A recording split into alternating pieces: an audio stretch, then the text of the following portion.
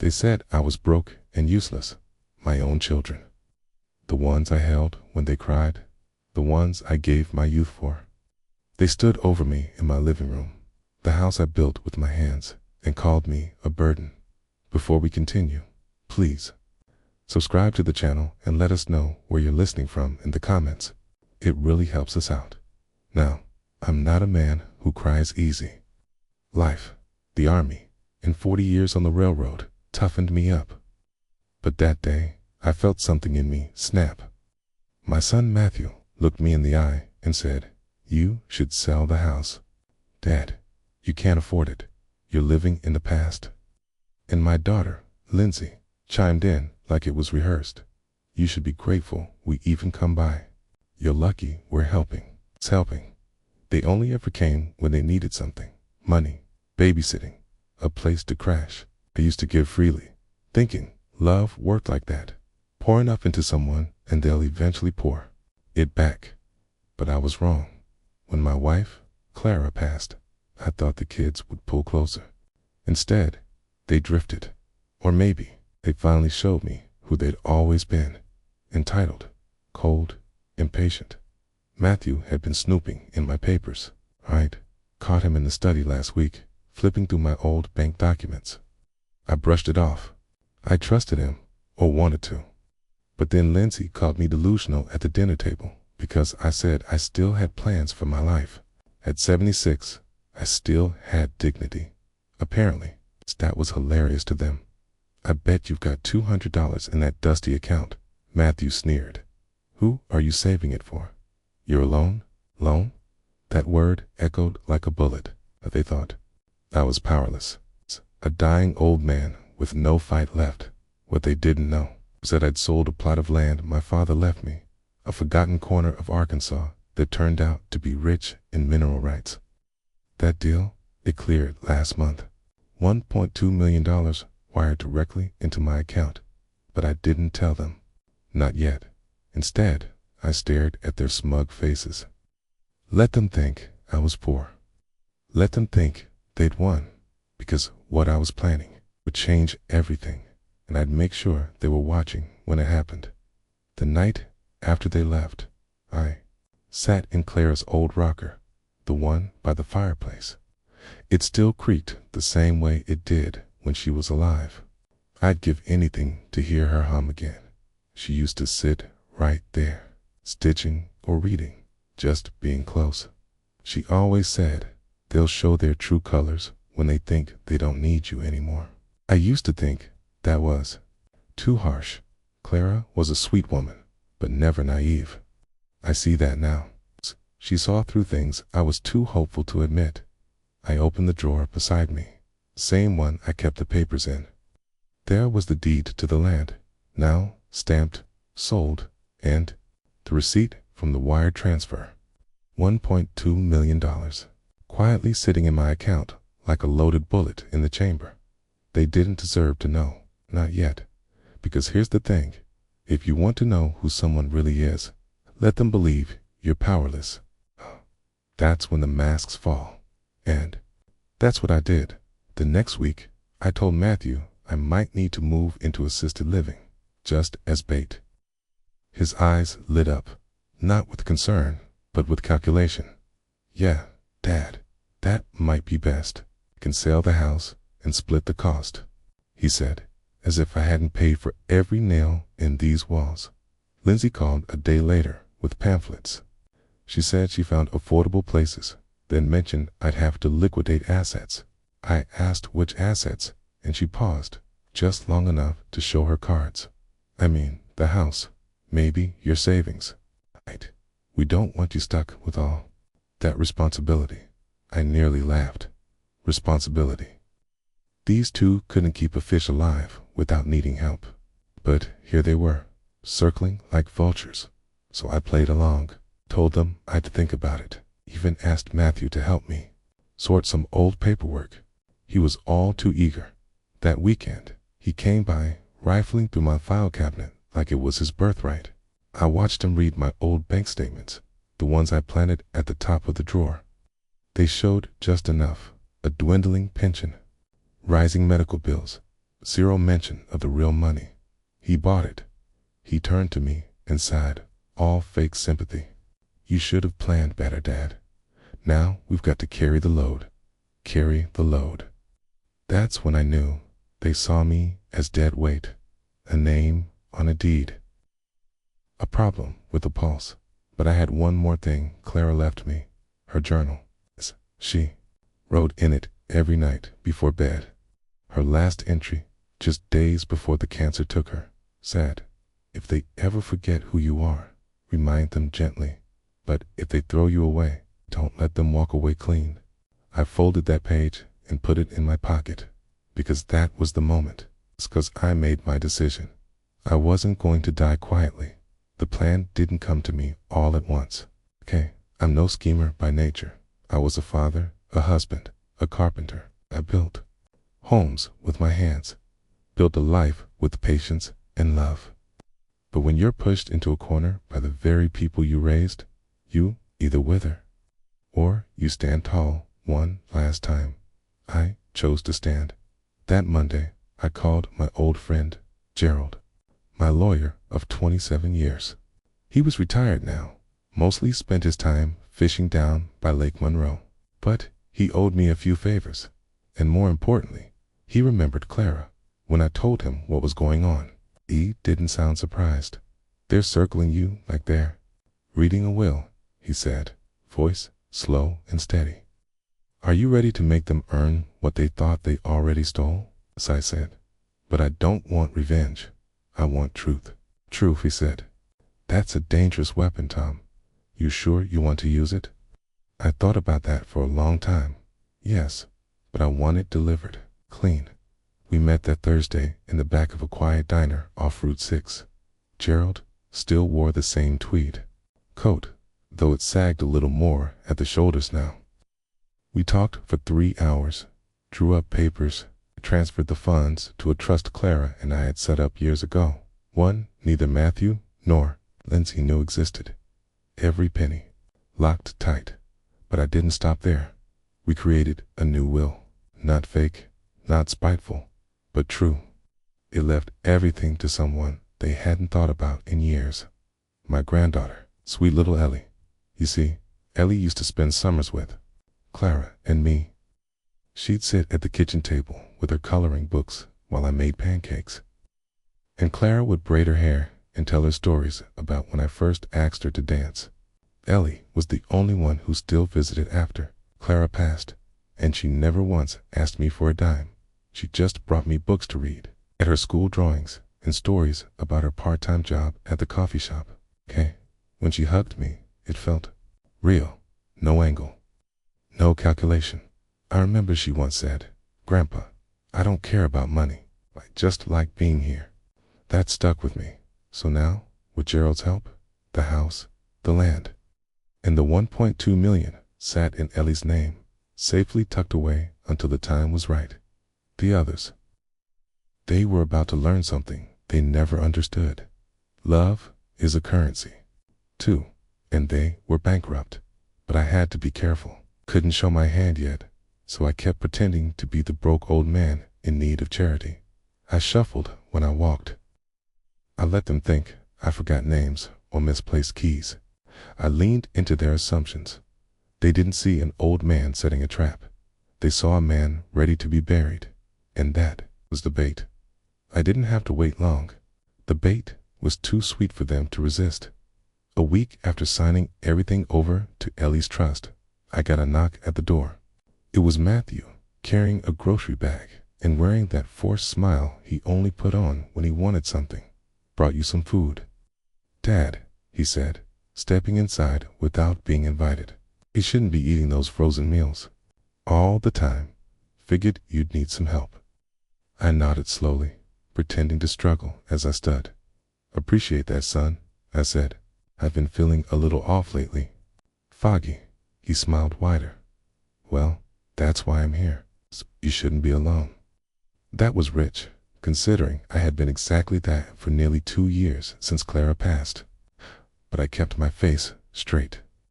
Matthew was fishing, and I needed him to bite deeper. I've been thinking, he continued. about your future, your estate.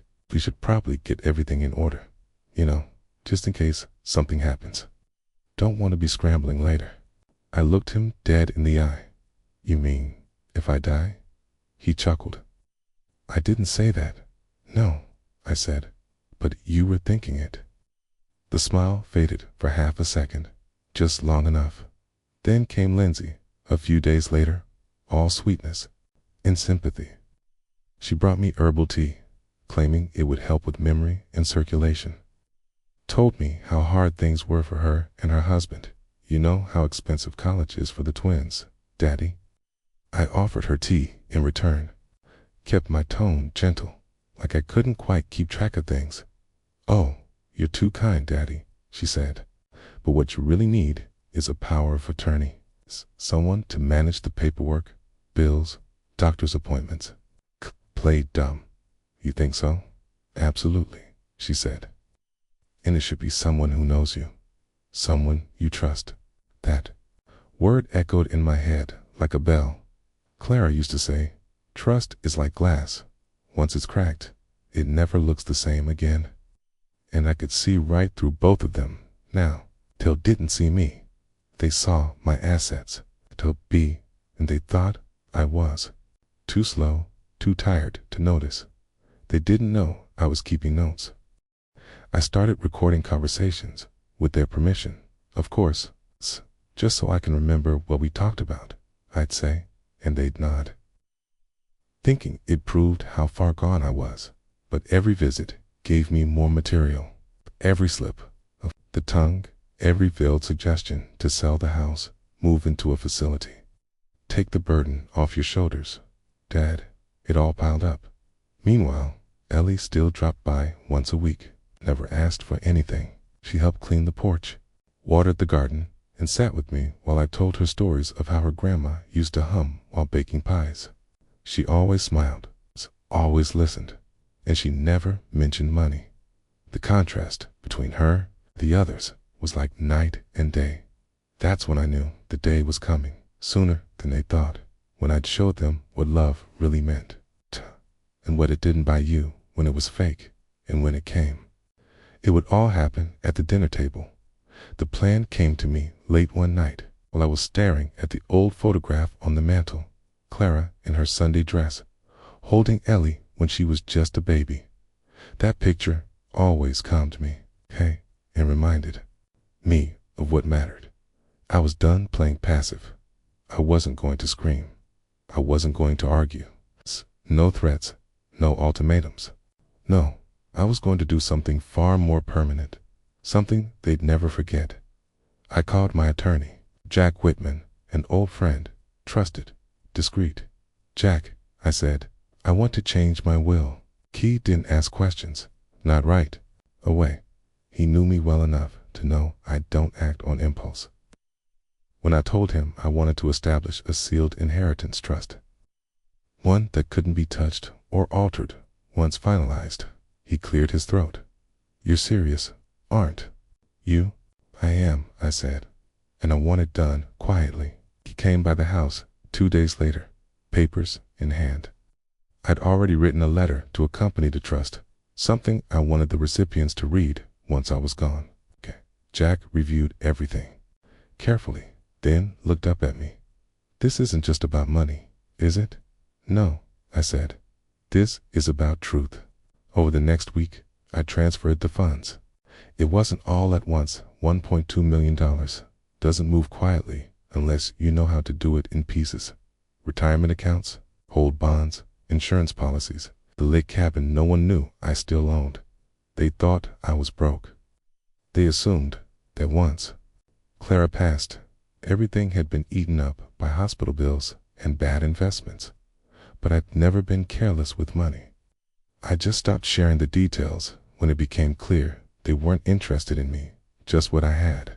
By the end of the week, everything was in place. The trust, the recordings, the letter, the video. Oh yes, the video. I hired a young man from church, Nathan, who helped with editing and sound. Told him I was putting together a memorial tribute, something to play when I was gone. It wasn't a lie. Not exactly. The video had 3 parts. First, clips of family dinners from years past, laughter, toasts, Clara singing softly in the kitchen. Second, recent recordings, the quiet betrayal in their voices, the manipulation disguised as care. And third, my final words. Not from my hospital bed, but from my living room, wearing my best flannel shirt, looking straight into the camera. If you're watching this, I said, then I'm gone. And you're probably wondering what's next. I paused. Let it breathe. You always thought I didn't notice the way your tone changed when money came up. The visits that felt more like business meetings. But I noticed everything, okay? And I acted accordingly. I ended it simply. Real love doesn't ask for anything. It shows up, it listens, it stays, and that's who I left everything to. The date was set. One last family dinner. I invited everyone, made it sound like I wanted to share final wishes, say a few goodbyes. They all came, not out of love, out of curiosity and greed.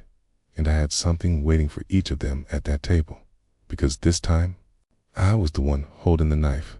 I'll never forget the look on their faces when they walked into my house that night. It was all smiles, fake concern wrapped in sugar-coated greetings.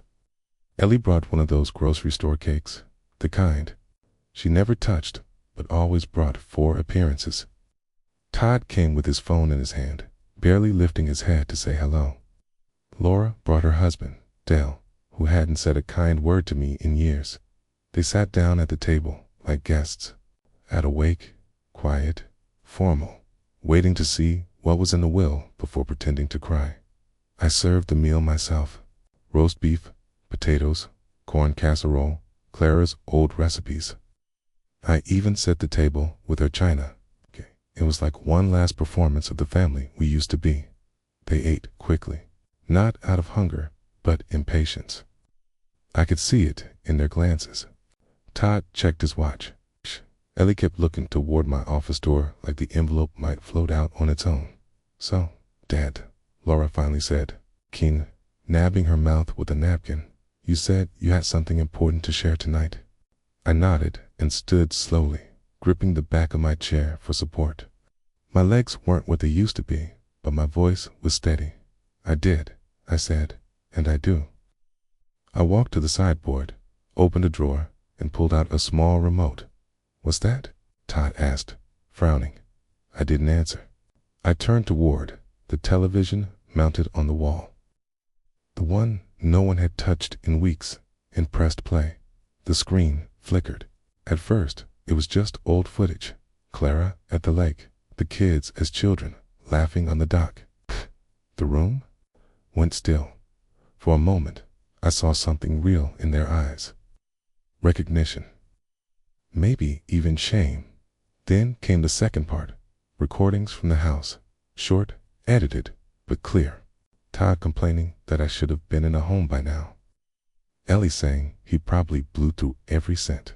Just look at this dump. Laura muttering, he's hanging on just to make our lives harder. None of them could speak. Their mouths hung half open, faces pale. And then, it's me. On the screen, I sat in this very room, speaking directly to them. If you're watching this, it means you came when I asked. I appreciate that. I really do. 'Cause this is the last time. We'll all be under the same roof. I paused the video, looked each of them in the eye. I spent my whole life building this family, I said. I worked jobs I hated, missed moments I'll never get back. And in return, I've spent the last few years being treated like an obstacle, like a burden. But tonight, I'm reclaiming something. I walked to my desk, opened the drawer, pulled out a single white envelope. Ellie's eyes locked on it like it was gold. Todd sat up straighter. This, I said, holding it in the air, is the trust, sealed, finalized, irrevocable. I slid it across the table, but not toward any of them. I placed it in front of a quiet figure, sitting at the end of the table. Nathan, the young man from church. My helper, my friend. His hands trembled slightly as he picked it up. This young man, I said slowly, showed me more kindness in 6 months than my own children have in 6 years. Gasps, protests. Todd stood up, shouting, "You're giving it to him? You out of your damn mind?" But I didn't flinch. I just looked at him and said, "No, son. I've never seen more clearly in my life." And the storm was just beginning. The shouting started before Nathan could even open the envelope. Ellie stood up, her chair scraping loudly across the floor. Her voice was sharp, brittle. "You can't be serious, Dad. He's a stranger." "Where?" "Your family." If I looked at her, really looked, and I saw the truth I'd been avoiding for years. The girl Clara and I raised was gone, replaced by someone hardened by money and entitlement. Maybe I had a part in that. Maybe I'd let them believe that no matter how they treated me, the inheritance was a guarantee. Todd leaned forward, hands on the table. "If this is about the things we said, we were frustrated. We didn't mean it." "You meant every word," I replied, calm, firm. "You didn't know I was recording, and that's the point." Laura scoffed. "So what? This kid gets everything. Our mom's house, her jewelry, your retirement accounts." Dale, silent until now, muttered, "This has to be some kind of elder abuse." Nathan didn't say a word. He sat frozen, the envelope still in his lap. He looked more overwhelmed than smug, and that told me everything. He hadn't expected this. He hadn't asked for it, and that was precisely why he was the right choice. Spoke slowly, carefully, as if each word needed time to settle. "No one's being cut out of my will for lack of DNA. They're being cut out for lack of decency." Todd's fists clenched. "You're destroying your own family over some feelings." I stood. My heart was pounding, but my voice didn't shake. "No, son. I'm holding this family accountable. For once." And then I did something I never thought I would. I walked to the laptop on the side table, opened it, and with just a few clicks, I opened the banking app I'd had Nathan help me set up months ago. The screen lit up with numbers, real numbers, and then, slowly, I clicked transfer. $1.20 million moved in real time to a new trust. Managed by Nathan, controlled by me until my last breath, and then passed to the one person who had truly earned it. Todd's face turned crimson. "That's our money. That's our future you're giving away." "No," I said quietly. "It was never yours. It was mine. And now it's going somewhere it might actually do some good." Laura stood up now too. "Says, cruel Dad, you're punishing us just because we weren't perfect." "No, I'm punishing you because you stopped loving me the minute I stopped handing you things." The room went cold. I turned to Nathan. "You'll help make sure the house is maintained. My medical needs are covered. After that, the rest is yours to build something better." Nathan looked stunned. "Mr. Miller, I don't even know what to say." "Cade," I smiled, and for the first time in months, I felt peace. "Just promise me you'll never forget where it came from." But I could feel the fury behind me building, like a dam about to break. Todd's voice came low, dark. "You think we're just going to accept this?" And in that moment, I knew they wouldn't walk away quietly. Todd's threat hung in the air like a storm cloud that hadn't broken. Yet he stood stiff, jaw clenched, knuckles white. Laura looked like she wanted to cry, but not from sadness. From rage. Ellie's eyes darted between them, then back to the checkbook sitting on the corner of the table. The one that used to sit in my drawer. The one they probably thought they'd inherit like everything else. And Nathan. He just sat there, frozen, as if he couldn't quite believe the room he'd walked into. "Let me be very clear," Todd said, voice low and seething. "If you think a piece of paper and a bank transfer are going to stop us, you don't know how this works." I stared him down. No, Todd, it's you who doesn't understand. I'm not afraid of lawyers. Not anymore. His laugh came sharp. We'll contest it. All of it. You're old, confused. Ellie jumped in. You've been isolated. He's manipulating you. Nathan opened his mouth to protest. But I raised a hand. You know what's really sad? Sad? It's not the money. It's not even your threats. It's the fact that in your minds, the only explanation for this must be manipulation. It can't just be that I opened my eyes. Laura glared at me. So what? We were bad kids because we wanted our father to act like a father, because we asked for help. You didn't ask, I said. You demanded.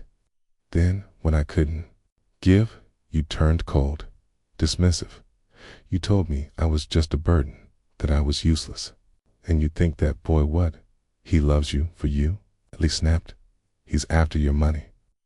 Nathan finally spoke up, his voice steady but soft. I didn't ask for a dime. I didn't even know about any of this until today. And yet you're awfully quick to accept it, Todd sneered. Nathan looked at me, then back at them. You all had years to treat this man like he mattered. You chose not to. It says more than any will ever could. I saw Ellie flinch. Todd scoffed. Laura stayed quiet. Call whatever lawyer you want, I said. This was all done with legal oversight. My mind is clear. My records are clean. And every word of what you've said to me over the years is in those recordings. I tapped my phone. The ones I made after you suggested putting me in a home and selling the house behind my back. For a brief moment, silence. Then Laura's voice, barely above a whisper. You recorded us? I nodded. Every meeting, every conversation, every lie. Todd exploded.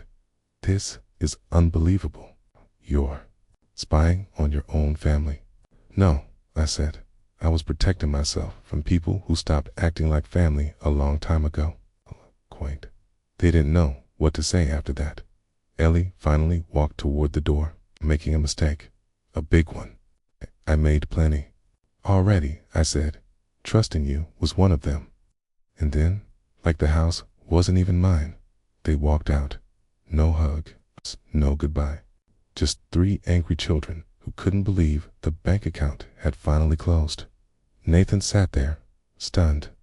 Kai, I'm sorry, he said, but I shook my head. Don't be. Then my phone buzzed. A name I hadn't seen in years lit up. The screen, it was Margaret, Clara's sister. And she never called without a reason. I had a feeling this story wasn't over yet. I stared at the screen for a long moment. Margaret's name blinked in soft gray letters. Clara's sister, my late wife's only sibling. We hadn't spoken in years, not since Clara's funeral. Grief had cracked something in both of us. In time and silence filled the space we never bridged again.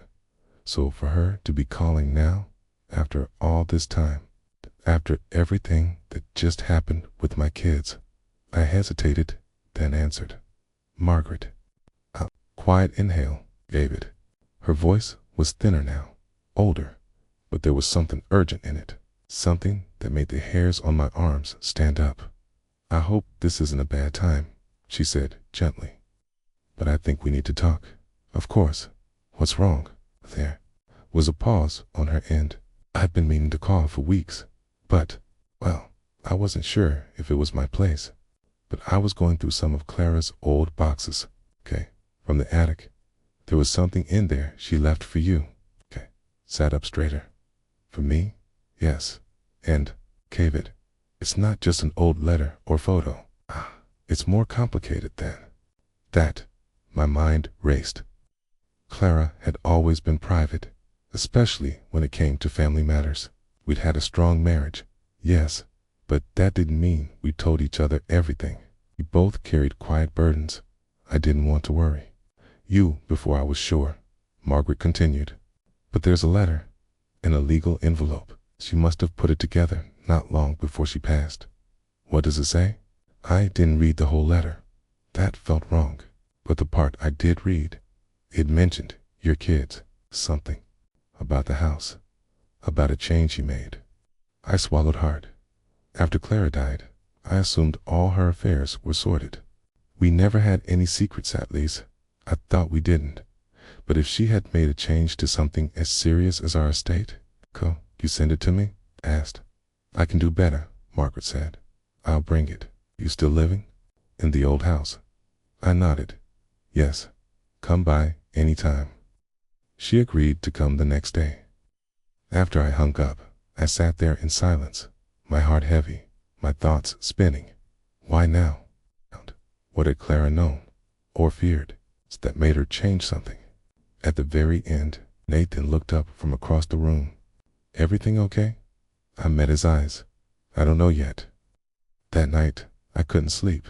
I lay awake, replaying old conversations with Clara in my head. The late nights when she seemed distant. The quiet pauses when the kids' names came up, the way she'd once said, "Money changes people, David, even the ones we love." Had she seen this coming? The next morning, I sat on the porch, coffee in hand, eyes on the road, and then, just after 10, a beige sedan pulled into the driveway. Margaret stepped out, slowly, slightly thinner, slightly grayer, but still with those sharp eyes that reminded me of Clara. She clutched a manila envelope like it weighed 100 pounds. She didn't even say hello at first. Just walked up the steps, handed it to me, and said, "I think you're finally ready to know." I opened the flap, saw Clara's handwriting, familiar, slanted, certain. But what was written inside would change everything I thought I knew about my wife and about what she left behind. I unfolded the letter with trembling fingers. The first line alone stopped me cold. "David, if you're reading this, then something has gone terribly wrong." My breath caught in my throat. I read on. "I didn't want to worry you while I was alive. I always tried to believe in the best in our children, in family, in forgiveness. But as the years passed, I started noticing things. Whispers behind doors, bank withdrawals I didn't recognize, plans being made in shadows I wasn't meant to see, okay? And I feared what might happen if I were no longer around to protect you." Paused. My hands were shaking. "David," Margaret said gently, "there's more in the envelope." I reached in and pulled out another document. This one printed, official, notarized amendment to our estate trust. The date on it was just 3 weeks before Clara passed. She had made a secret revision to her portion of the estate. Her savings, her jewelry, her stocks. Everything she owned independently before we were married. And she had left it all, not to the kids, but to me, every last cent. The kids didn't even know it existed. It had all been held in a separate account under Clara's maiden name. Only I, and now Margaret, knew of its existence. The total amount, $1.2 million. It felt like the air had been sucked out of the room. I leaned back, letter still in hand, my chest tight. Margaret touched my shoulder. "She wanted to make sure you were safe. She was worried about the way the kids talked about money. She told me once, they love what we have, not who we are." I stared out at the driveway, mind reeling. This wasn't just about money anymore. This was about intention, trust, protection. My wife had seen what I couldn't, that our children were beginning to lose sight of family, corrupted by the scent of inheritance. And she'd quietly ensured I wouldn't be left at their mercy. But now, they had gone too far. They called me broke. They called me useless. They mocked me, stole from me, discarded me like trash, thinking I had nothing to give. And yet, here I sat, holding the very thing they thought they'd taken to Clara had outplayed them from the grave. I took a deep breath, folded the letter back up, and looked Margaret in the eyes. "Thank you," I whispered. She gave a quiet nod. "What are you going to do now?" I looked down at the envelope one last time, then out at the horizon. "I'm going to give them exactly what they asked for."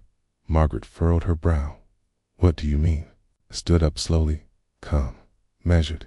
They want a broke old man. I smiled faintly. Then I'll let them think I'm broke. Just a useless, fading name. Let them believe they've won. I paused, and when they least expected, I'll show them who they really turned their backs on. The plan was forming in my head, and it all started with one quiet phone call to a lawyer who still owed me a favor. I picked up the phone, dialed the number, and said 5 words. It's time. Let's move everything. What I did next would send a shockwave through my family. But first, I had to play the part of the helpless man, the one they thought I was, and they'd never see it coming. The next morning, I showed up at Brian and Melissa's house with a box of old photo albums under my arm. I'd called the night before and asked if I could stop by, told them I was feeling a little lonely and wanted to see the grandkids. Melissa opened the door, surprised but smiling that forced, polite smile she always wore now. "Oh, Dad," she said, "this is unexpected." "Just missed seeing you all," I said softly. "Did want to be a burden?" She stepped aside. "Come on in." The house looked the same, modern to clean, like a hotel someone lives in. My grandkids, Ellie and Parker, were playing on their tablets in the living room. Neither looked up when I walked in. I set the box of photo albums down and took a slow breath. This wasn't just a visit. This was reconnaissance. I needed to see how deep the rot had spread. We sat in the kitchen. Brian joined us eventually, smelling faintly of expensive cologne and impatience. "So what's going on, Dad?" he asked. "Everything okay?" I looked between them, doing my best to play the tired old man. "Well," I said slowly, "after your mother passed, I've been doing some thinking. About the house, about the money, about what happens to it all." Brian's eyebrows raised. Melissa tried to hide her smirk. I knew what they were thinking. Finally, I played it gently. "I'm not as sharp as I once was. Maybe it's time to simplify. Trust someone younger to help with the decisions." Melissa leaned forward, too eager. "Of course, we'd love to help, Dad. That's what family's for." Brian nodded. "If you need someone to manage things, I can call our guy. He helped us set up the college fund for the kids." "Appreciate that," I said, nodding. "I've got some paperwork I need to move around. Might even add you two to the bank account, just in case something happens." Melissa blinked. "Really?" I nodded. "You've done so much already." They had no idea. I stayed for dinner, bland chicken, and awkward conversation. The grandkids barely looked up. I tried telling Parker about the time I took his dad fishing and we almost tipped the boat. Potty just nodded and went back to his screen. On my way out, Brian clapped me on the back. "Don't worry, Dad. We'll take care of everything." I smiled. That night, I met Margaret at her office. The room was quiet, the air heavy with secrecy. We went through Claire's trust document, and I officially transferred everything, all $1.2 million, into a new account under a limited liability company. The LLC bore no trace of my name. The listed address was Margaret's office. I was just the anonymous founder. It took hours. Every step calculated, every signature deliberate. And when it was done, I asked Margaret, "Can you do one more thing for me?" She looked up. "Anything." Handed her a sealed envelope. "If something happens to me," I said, "you send this to Brian and Melissa, and you make sure it arrives, okay?" Right after the reading of my will. She didn't ask what was in the envelope, okay? She didn't have to. We were playing the long game now, and they were walking straight into it, smiling, arrogant, unprepared. They thought they were cashing in. They didn't know they were just being watched. A few days later, the calls started coming in. Brian wanted to help me set up online banking. Said it'd be easier if I gave him access so he could handle it all remotely. Melissa texted, reminding me about those documents we talked about. They were subtle, just not subtle enough. They sensed the money was near. They were circling like vultures. I let them think I was growing forgetful, even played up. A little confusion on the phone. Nothing drastic, just enough to make them feel confident. I wanted them relaxed, unsuspecting. Meanwhile, Grit and I were meeting once a week, quietly finalizing everything. The house I still lived in technically belonged to the LLC now. The old accounts closed. My new ones shielded by layers of legal structure they'd never untangled. My next step was to visit Emily.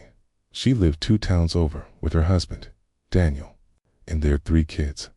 She'd never asked me for a dime, never pressured me. She sent me photos of her kids every month and called just to check in. And yet, she was the one I'd given the least over the years. Maybe it was because I knew. She never expected anything. She hugged me tight when I arrived. Her kids, my grandkids, came running down the stairs like I was Santa Claus. Her house smelled like cinnamon and home. Not luxury, not polish, it's warmth. We sat in the backyard that evening, sky painted with the soft pinks of sunset. "I know something's bothering you, Dad," she said quietly. "You've lost weight." I smiled faintly. "Just tired.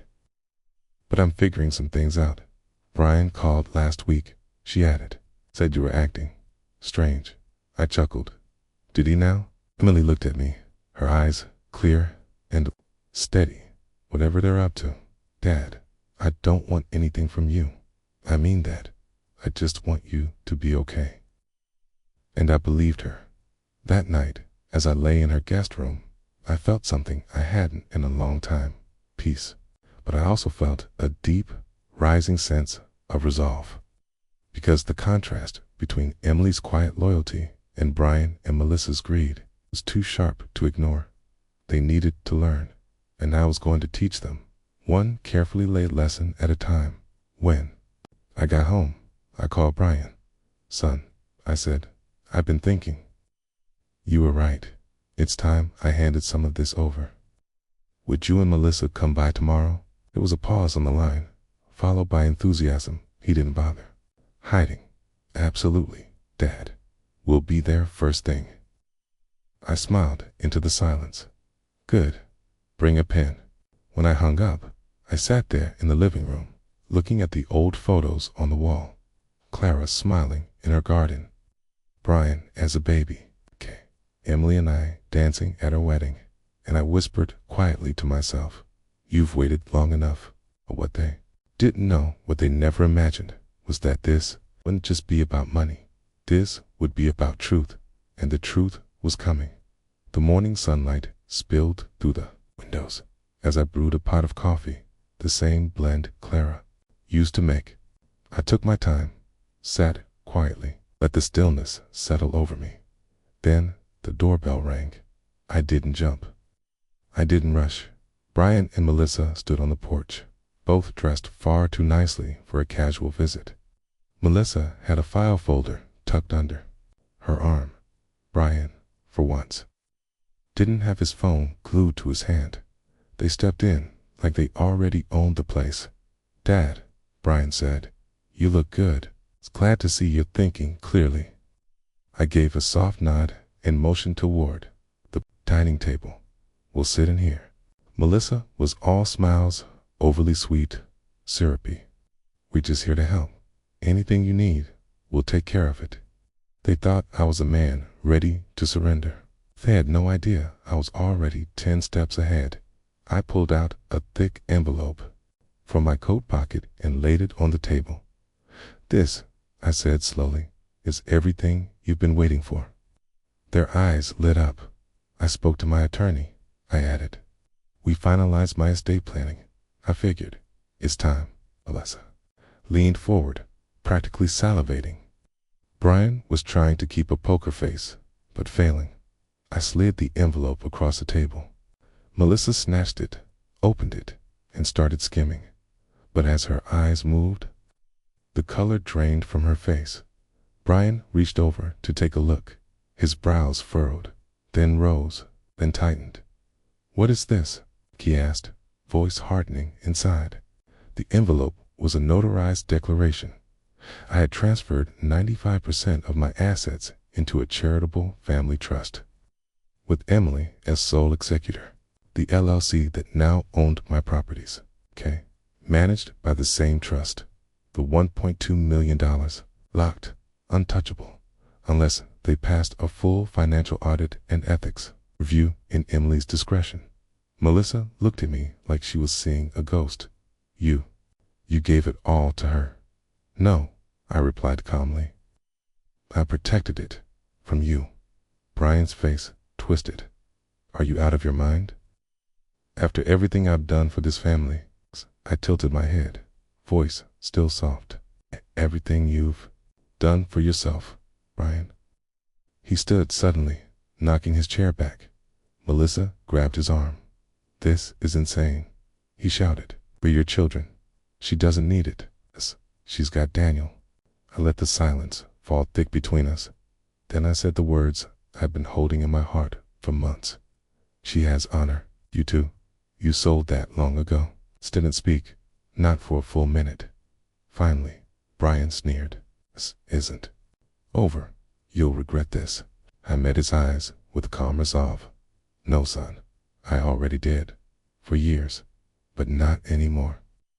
He stormed out, Melissa chasing behind him. The front door slammed. The echo rang through the house like a bell of closure.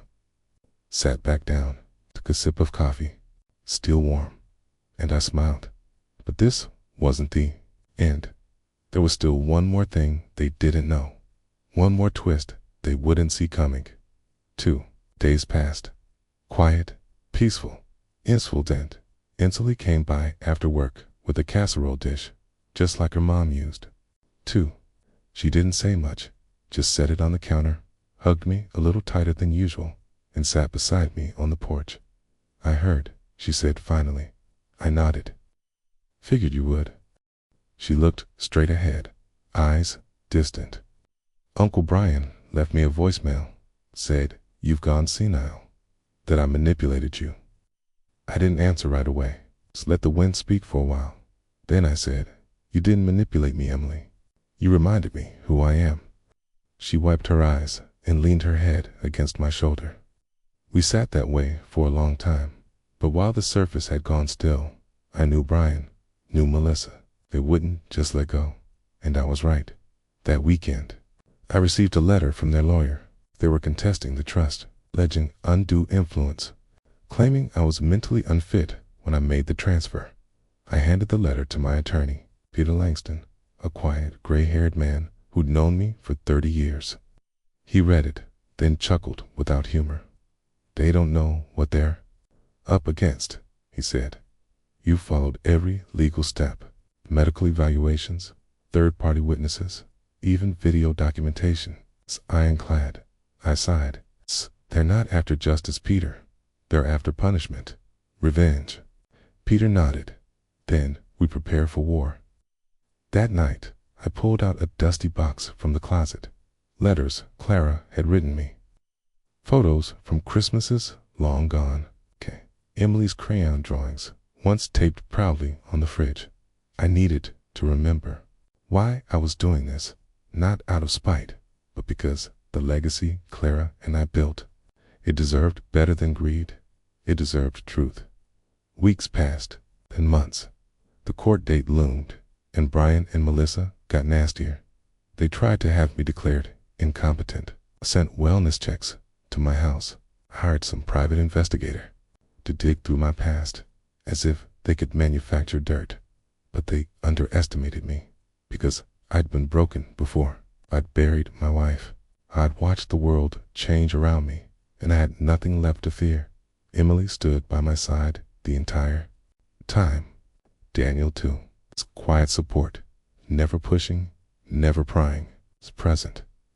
And when the court date finally came, I showed up in a pressed suit, cane in hand. With Peter at my side, Brian wouldn't even meet my eyes. Melissa wore black like it was funeral.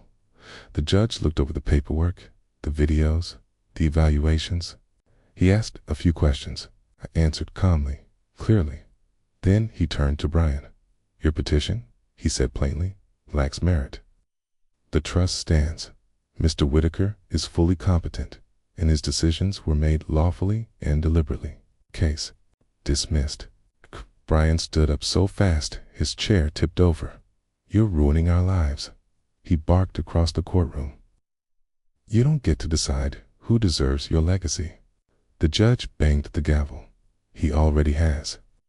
But even as I walked out, I knew that moment wouldn't be the last time I'd see that fury in Brian's eyes, because while the courtroom battle was over, the real fallout was just beginning, and I still had one final move to make: a letter, sealed, waiting. I kept that letter locked in my drawer for 3 months, not because I was unsure of what I wanted to say, but because some things only send once. After the court ruling, Brian and Melissa went silent. No calls, no threats, just cold silence. A silence that screamed louder than their yelling ever did. Emily checked in on me often. She'd bring me groceries, sit with me on the porch, help me organize old family photos. One evening, she found an old picture of Brian and me fishing. He couldn't have been more than 11. She looked at it for a long while. Do you think he ever loved you? She asked softly. I thought about that for a while. I think he loved what I could do for him, I answered. It's not who I was. She didn't respond, just nodded, like she understood something she didn't want to say out loud then. One day, Daniel came by while Emily was at work. He sat at the kitchen table and asked the question that had been simmering underneath it all. Do you regret what you did? He asked, cutting them out. I looked at him. No, I said calmly. I regret how far they made me go to protect what matters. Daniel looked down at his hands. I always felt like Brian resented me, like I was the weak one because I didn't fight him. You weren't weak, I said. You were wise enough to avoid his fire. He gave me a quiet nod. That night, I finally took out the sealed envelope. Inside, it was a handwritten letter addressed to Brian and Melissa. Not to beg, not to argue, but to close the chapter. I walked to the mailbox myself and dropped it in.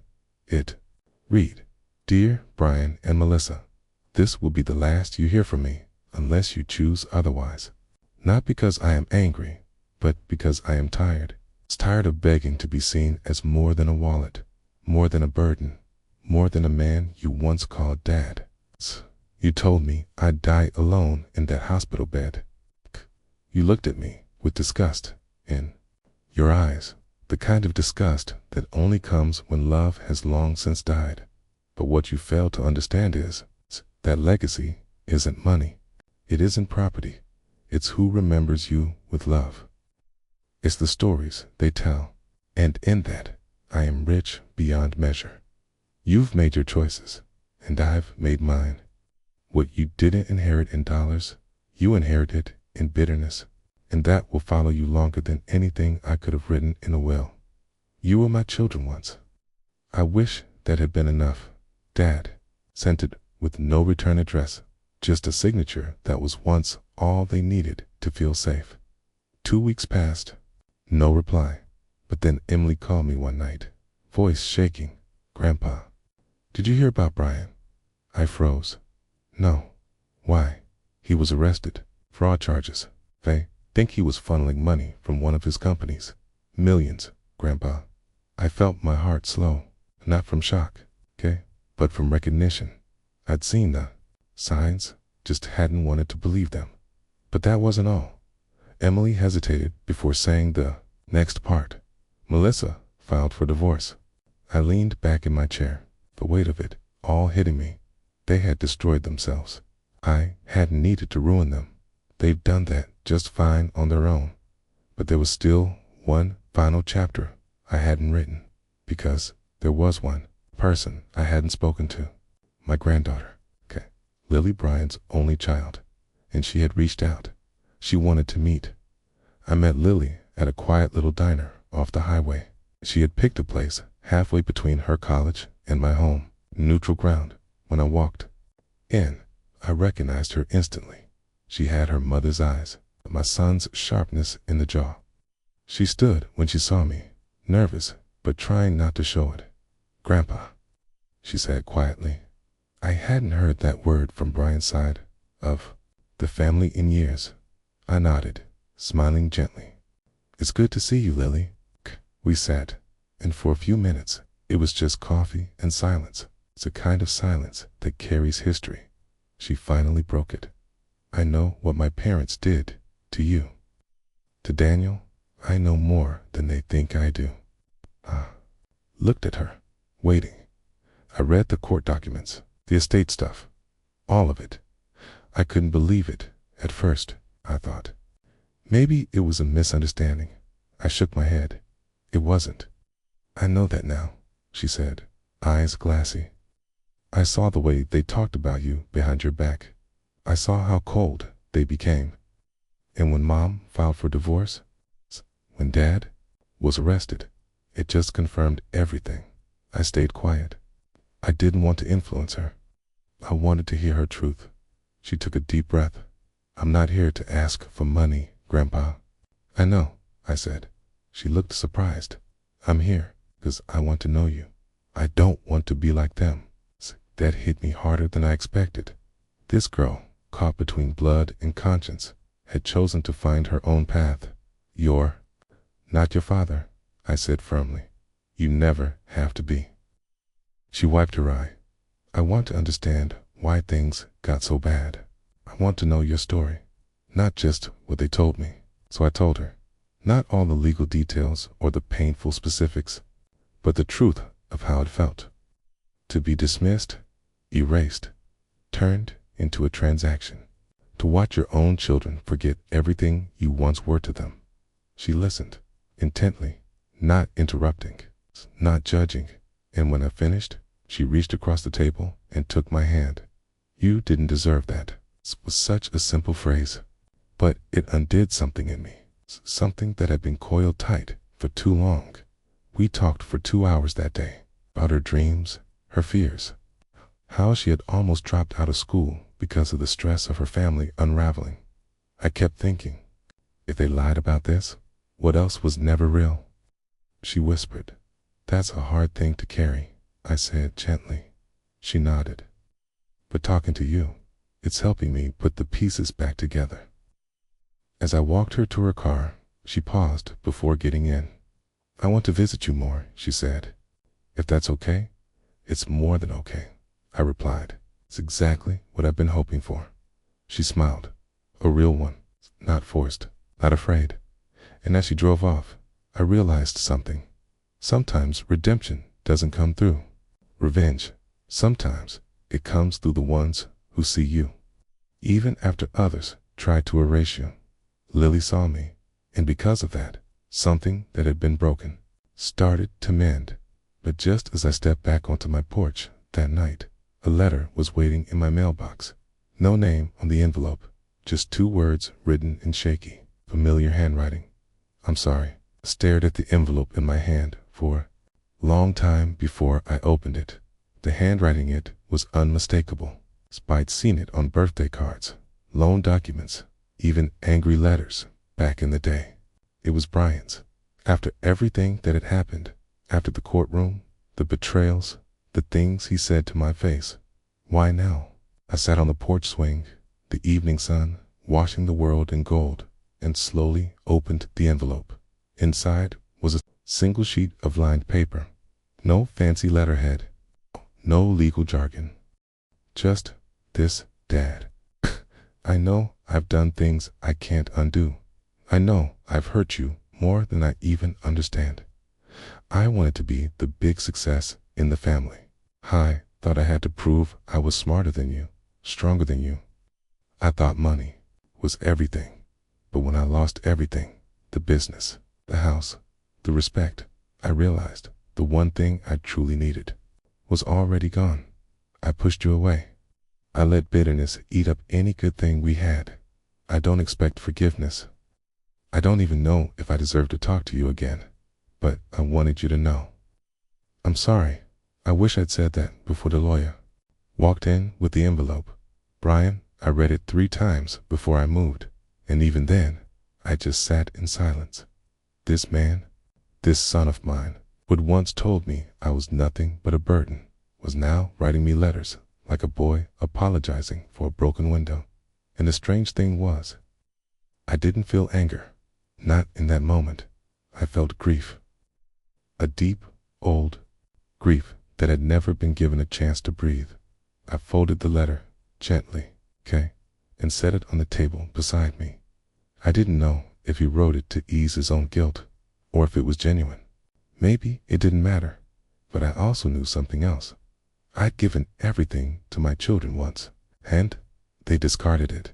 I gave Daniel a second chance. I forgave him. I helped him heal.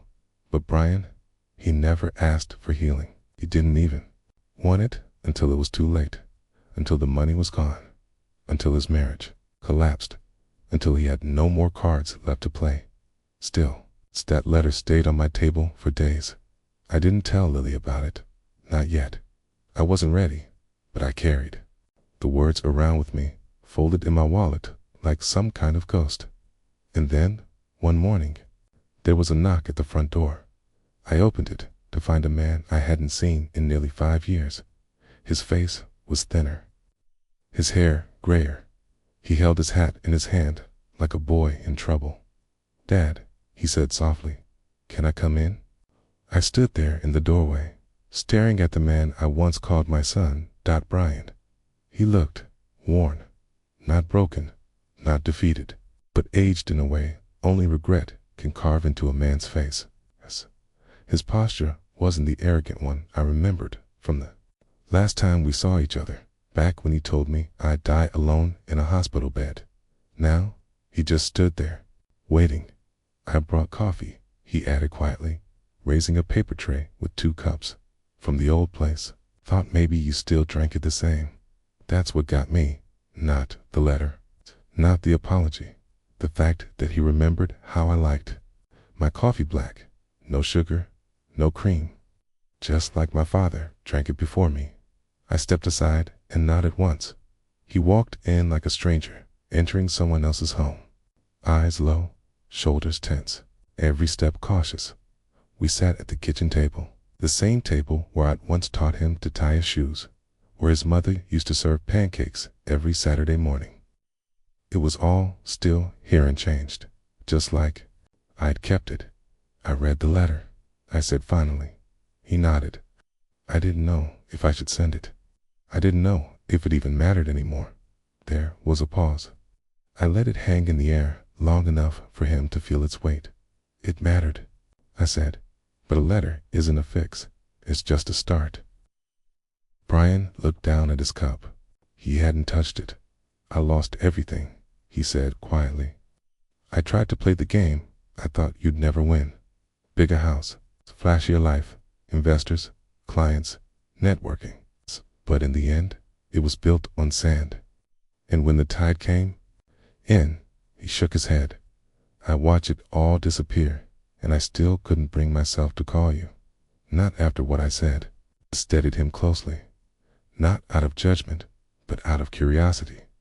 Was this true humility, or just another chapter in his game? But I didn't see arrogance anymore. I didn't see the cold, calculating son who once mocked me. I saw a man stripped down to nothing but what he feared the most, his own reflection. "I don't need your money," he added, almost choking on the words. "I didn't come for that. I miss being your son." That one sentence hit deeper than I expected, because even after all the betrayal, a part of me had missed being his father. Even in my anger, I prayed for him. Even when I transferred that $1.2 million in front of his shocked face, I wondered if it would wake something up in him. Maybe it did. We sat in silence again, letting time speak louder than we ever could. Finally, I said, "I can't forget what happened, Brian, and I won't pretend it didn't tear our family apart." He nodded again, his voice barely audible. "I know, but I also believe in second chances. I got mine when your mother forgave me for things I'll never deserve. So maybe, just a maybe, you deserve yours. Brian looked up, his eyes glassy. I don't expect you to trust me, he said. You're right not to, I replied. Trust isn't given, it's rebuilt. He reached into his coat pocket, pulled out something small, and slid it across the table. It was a photograph. It's faded, a little worn around the edges. Brian, his wife, gone now, and his son, my grandson, whom I hadn't seen in 7 years. I'd like you to meet Matthew, he said. If you'd want that. My fingers trembled as I picked up the photo. This was the real beginning of something. I stared at the photo, my thumb brushing lightly over the boy's face. He had his father's dark eyes, but there was a spark in them, something softer, something more hopeful. Matthew, my grandson, a boy I had never met, because of pride, pain, and silence. I looked back at Brian. He wasn't pushing, wasn't pleading. He was just present, waiting for my answer, for a piece of hope to cling to. What does he know about me? I asked Dot. Brian hesitated, then said honestly, not enough. I didn't tell him much, just that you lived far away. I wasn't ready to explain what I'd done, but I'm ready now. I nodded, slowly. He deserves to know, and I deserve to meet him, only to look him in the eyes and start where you and I fell apart. Brian's face shifted. There was pain in his expression, but there was something else to Dot relief. I'd like that, he said softly. I think he would too. It wasn't a reunion filled with hugs and music. No big emotional crescendo. It's two men sitting across from each other, finally willing to stop talking around the pain and just sit in it for a while. Does he like baseball? I asked, surprising myself with how natural it felt. He plays Little League, Brian said. He's not great, but he's got heart. Good, I murmured. That's what matters. Brian took a deep breath, then reached into his coat, again this time pulling out a small leather notebook. Worn at the edges, pages dog-eared. I wrote down everything I remembered, he said, about growing up, about Mom, about us. I wanted him to have it someday, in case I didn't get the chance to tell him myself. He slid it across the table. I took it, held it like something fragile. That notebook weighed more than any sum I'd ever moved between banks, because it wasn't about money, it was about legacy. Thank you, I said, barely above a whisper. Brian nodded. Then, finally, I stood. I've got an old glove in the garage, I said. Your grandfather's, still oiled, still intact. Maybe Matthew would like to use it. Brian smiled. I think he'd love that. We walked outside together for the first time in over a decade. The sun had started setting, casting a warm, golden light across the front yard. And for the first time in years, I didn't feel the weight of my age pressing down on me. I felt something else, redemption, the kind that doesn't come through revenge or wealth or clever tricks, the kind that comes quietly at the end of a long road. When someone you love finds their way back home. As we stood near the porch, Brian turned to me. Would you want to come over for dinner this weekend? Just us and Matthew. I looked him in the eye and said, I'd like that. No dramatic ending, no sweeping music, just a broken family trying to rebuild. It's one choice at a time, but the story wasn't quite over yet. It's not until the final piece was in place. ... That Saturday, I stood outside Brian's home. It wasn't a mansion like mine, but it had something I'd forgotten was far more valuable: coal and warmth from the porch.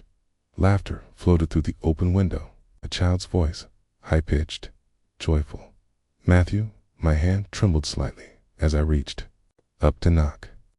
But before I could, the door creaked open. There he stood, about 9 years old, a mop of sandy brown hair, bright eyes, and that spark, the one I'd only seen in the old photos of Mary when she was young. He tilted his head, confused but polite. Hi, he said. I smiled. My voice was soft. Hi there, Matthew. I'm your grandpa. His eyes lit up. Really? Dad said you might come. Before I could say another word, he turned around and shouted into the house. Dad, Grandpa's here. Brian came quickly to the door, a nervous smile on his face. You made it. I stepped inside. The house smelled like dinner in the oven. Roasted chicken, garlic, real food made with care.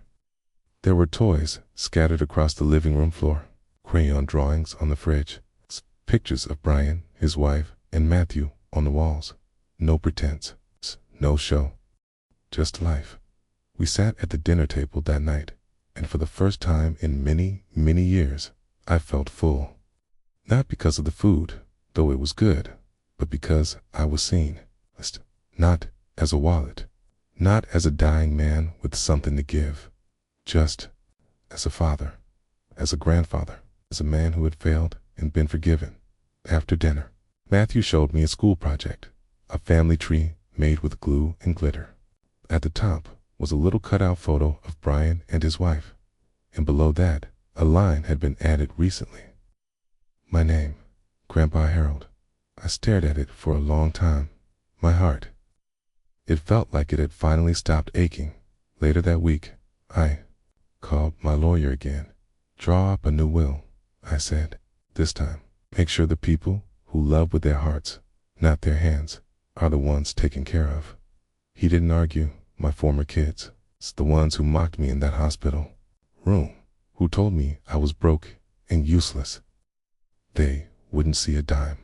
And not because I was angry anymore. No, I had simply realized forgiveness doesn't mean foolishness. Some bridges need to stay burned.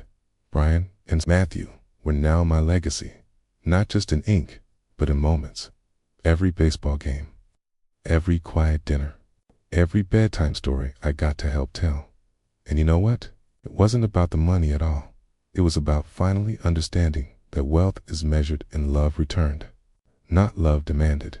So when I pass, someday, when the sun sets for good, it won't be in a cold, silent house filled with gold and regret. It'll be in a warm home, with laughter in the kitchen and a child's crayon drawing pinned to the fridge. Justice was never about revenge. It was about making sure the right hearts were holding mine in the end. Thank you for listening. And if you're still here, remember this: you can lose everything and still come out richer.